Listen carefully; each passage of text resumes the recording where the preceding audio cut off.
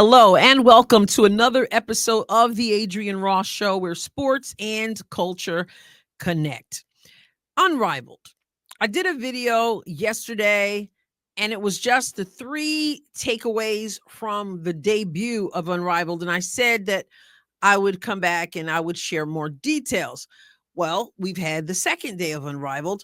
I went live for both the debut and also the second day. And again, on that video with the 3 takeaways, I gave 3 takeaways. I'm going to be talking about various aspects of Unrivaled that jump out at me over a series of videos and various videos. Today, I want to talk about Lexie Hull and her place or lack thereof so far in Unrivaled.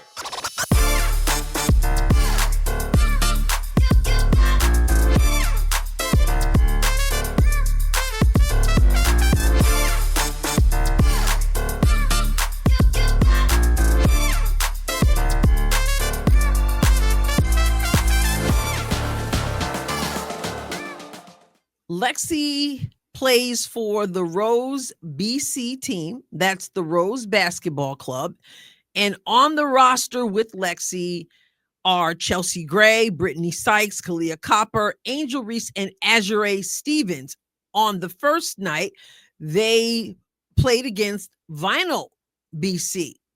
And Vinyl looks really good, by the way.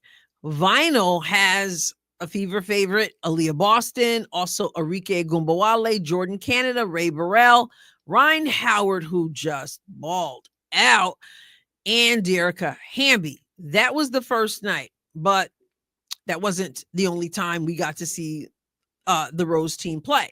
Rose also played on Saturday, and they played against the Lunar Owls. The Rose team lost both games, and Lexie Hull did not get much of an opportunity to play at all. Now, again, it's just 2 games in, but people in the chat, as I went live for both games, people in the chat are like, where's Lexie? Why is she not getting to play? Why is she getting the least minutes, like by a whole lot? Unrivaled has the stats, the box score, things like that on the official site for the league, but they're not recording minutes. So you'll have to take my word for it and the word of other people, I'm sure, who are noticing that she ain't getting many of them meaning minutes. Let us take a look at the statistics first, the box score, I should say, for Unrivaled for both of those games.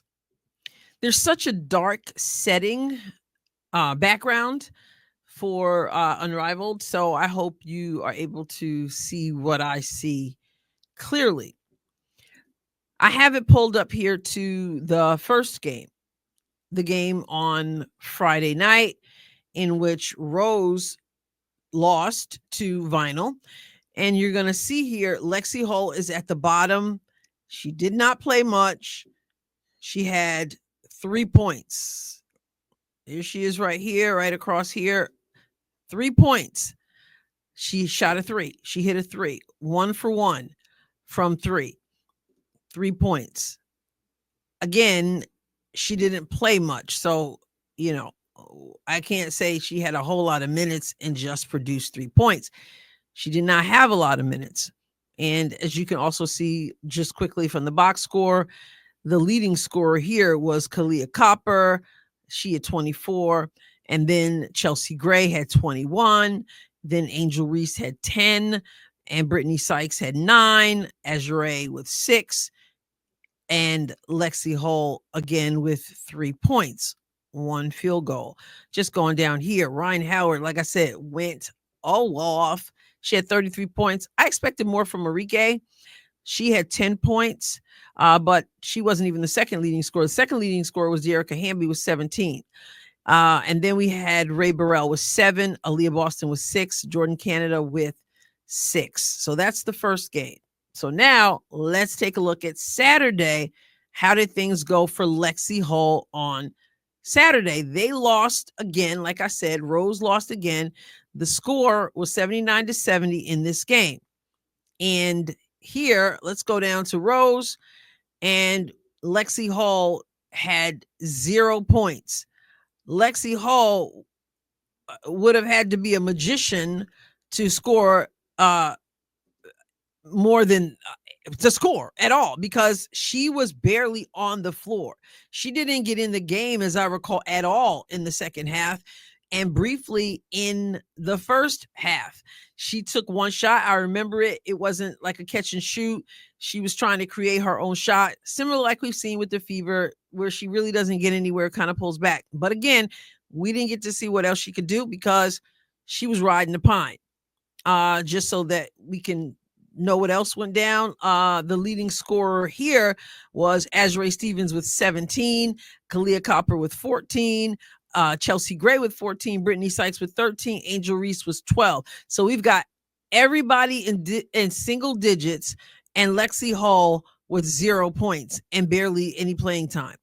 And in that game, the Lunar Owls won. Nafisa Collier went off for 31 points. 31 points for, I'm trying to go in order here. Nafisa with 31, Alicia Gray with 21, Courtney Williams with 10, then Skylar Diggins-Smith with 9, once again hitting the shot that ended up being the one to ice that win, as she did on a 3 in game 1. And Shakira Austin with 8 points. So let's talk some more about Lexie Hull. When it was announced that Lexie Hull had signed with Unrivaled, there were people who were saying that the only reason why they wanted to put Lexie on in the league was because they at that time were trying to entice Caitlin Clark to sign with the league. We know how that all played out. Lots of attempts to coerce Caitlin to play. So Lexie Hull got an invitation. Obviously, Aaliyah Boston got an invitation. And people were thinking, they're really, really, really trying hard to get Caitlin. No disrespect to Lexie Hull at all. But people were saying they really going all out to try to pull Caitlin in. People are starting to believe that is exactly what's going on here. Lexie is a lockdown defender. When she got into the game on Saturday, she was put in the lock. People were commenting in the chat I did during the live stream. People were commenting that, man, whoever, when Lexie's guarding the person with the ball, they don't score. They don't score because we know what kind of defense. We know she's scrappy. We know she slides those feet. We know she gets her hands on lots of balls, as she says, on basketballs. She's a lockdown defender, and we got to see that. Lexie can also shoot. So I got to ask, too. Again, it's only 2 games. I realize that, so you don't have to put that in the comments. It's only been 2 games. Well, it's 2 games where other people got to play a lot, and she didn't. So 2 games are 2 games, okay? And so for 2 games, we see Lexie riding the pine.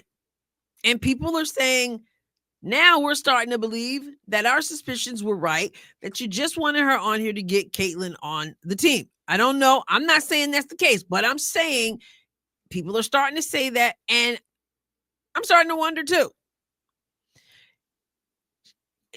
This is a team.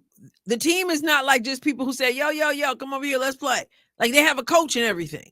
Lexie, I'm assuming you put her on the team for a reason. I mean, people are suspicious about what the reason is. But from a basketball perspective, you looked at her and you said, this girl can play defense. You looked at her and said, this girl was the second leading in 3-point percentage in last season in the WNBA. So obviously she can shoot the ball. So as a coach, you have a coach. Where are the plays to make sure that Lexie gets her shot off? Just saying. These teams have 6 people on the roster. Those that don't have people out with injury, right? So Rose has 1, 2, 3, 4, 5, 6. They're not one of the ones with injuries. So they got 6 people. So with 6 people, you can't figure out how Lexie Hull should get more minutes. You can't utilize her defense. You need shots. You can't figure out how to draw up a play to get Lexie a shot. So again, people are saying, okay, why is Lexie on the team? Because if it's me, I mean, I'm a team player. I get it. It's early still. But if I'm just here because you were trying to get Caitlin on the team or in the league, and now she's obviously not playing, then I could go off and do something else. Like, I don't need to stay here and be in Miami and just sit on the bench. Maybe that sounds harsh. And I am a team player, and I'm willing to sit on the bench when it's time, if that's what's best for the team. But I'm just saying, I can't figure out why she barely, especially the second game, like nothing at all. Everybody in double figures, and Lexie just sitting there because Lexie is not in the game. Was she just here because you were trying to just get Caitlin, and then now you got her signed up? Let's see what some other people are saying. I'm just going to look at just a few comments that I saw on X about this. I just typed in Lexie Hull search engine to see what would come up. And it says, CDS Sports Podcast says, if Unrivaled Rose knew what it was doing, Lexie Hull would get about 10 open threes per game in this 3v3 style of play. Embarrassing. Here's someone else, Jenny. Rose BC needs to utilize Lexie Hull. She's a defensive weapon, and her three ball is a bonus. It's a shame she's bench riding. Someone from Montz wrote, we may have to resort to bullying, with the crying emoji. Why isn't the Rose BC coach playing the Kalia Copper, Lexie Hull, Angel Reese lineup? I'm baffled. And then said, Nafisa is cooking Stevens, meaning Azare. Here's Basketball Scout. Lexie Hull is great defensively and needs to be on the floor with Angel Reese and Chelsea Gray. Nola Henry, that's the coach. Nola Henry don't run any plays to get her open looks. I'll just stop there. So it's not just me. And it was in the chat during my live streams. What's up with Lexie Hull? Why isn't she playing? Etc. And so my thought was, this is starting to look like folks were right when they said they didn't really want to utilize Lexie. They just wanted her to try to entice Caitlin. Having said that, I'm going to say what I've said a few times now. It's just 2 games in. I'm just telling you what I am noticing 2 games in. We'll find out more as this goes along. She is great defensively. She had great great success as she was out there. There are things that don't show up on a stat sheet. Her stat line did not look good. Where's this? There's no stat for other folks didn't score while you were guarding, right? But the eye test. So hopefully the coach will figure out they brought her on here for a reason. She can shoot the ball. She can play defense. She should be getting minutes. It's 3-on-3. You only got 6 players. And Lexie can't get no minutes? Legitimate question. All right.